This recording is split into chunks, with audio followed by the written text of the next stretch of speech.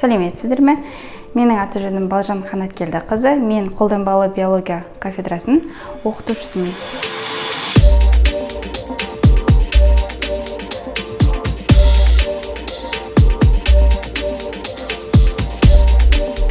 Бүгін біз қолданбалы биология кафедрасының зертханасында ғылыми жұмыспен айналысамыз. Бұл ғылыми жұмыс Білім және ғылым министрлігінің білім гранты арқылы ұтылып алынды.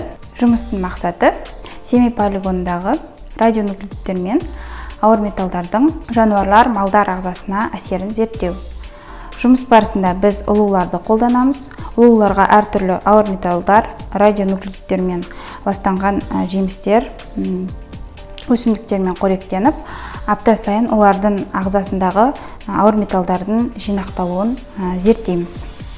Ұлуларды қолдану себебіміз, ұлулар зерттеуге өте қолайлы объект. Олар биоиндикатор ретінде, мысалы, тіршілік ету аймағы 3-4 метр болады. Яғни, ол жердің, мысалы, суын, топырағын, өсімдігін біз жеке зерттемейміз. Осы ұлулардың қоректенуіне байланысты ұлулардың ағзасындағы әртүрлі металдардың жинақталуын зерттейміз.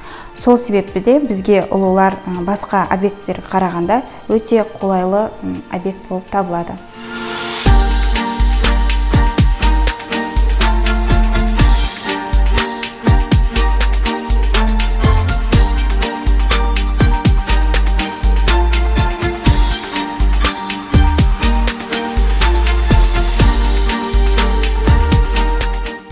Биотехнология мамандығының зерттеу аймағы өте кең. Ғылыммен айналысам десеңіздер, Казгиу қолданбалы биология кафедрасына оқуға келіңіздер.